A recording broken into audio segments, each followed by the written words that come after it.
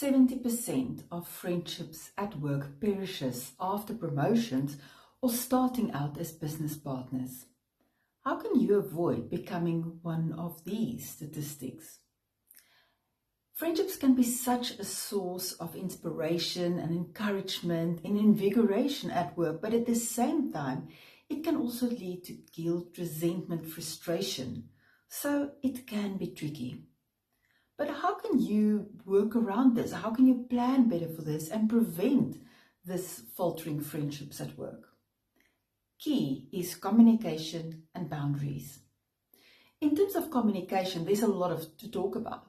I think it's so important that the two friends need to talk about what they understand about the new arrangement. Friendships can be informal, but managing is a more formal process. And how does it affect you? Obviously, you're happy for your friend, but there might be also some disappointment on your side. So communicate about expectations, communicate about the things that you're concerned about or worried about or unsure about. It's also very important to communicate the boundaries, and we will talk a bit about boundaries in a second. But the communication about the boundaries is also in terms of communication outward to the team and to other colleagues in terms of the change, that there must never ever be any concern about unfair treatment or favoritism. And also there should be communication about our communication.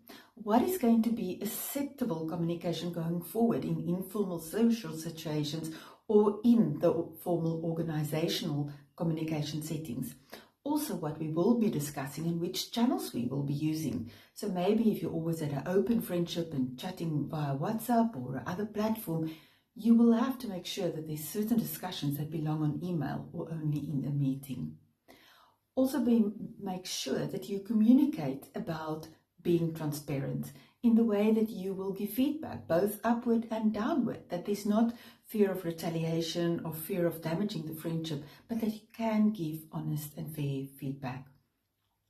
We touched on boundaries, but once again, it's so important that boundaries is in place, and especially not only for yourself and your friendship, but in terms of your team and colleagues, that they know where you stand and that they don't fear, as I mentioned, favoritism, but also repercussions, that they know that if they interact with you on a formal or confidential level in the workplace, that won't be carried over into your private relationships.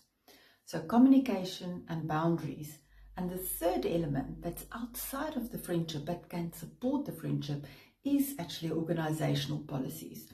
It's so important that organizations also provide formal guidelines in terms of how we manage professional and personal relationships at work, but also to provide support. For example, coaching, where a friendship diet might be affected by, for example, a promotion.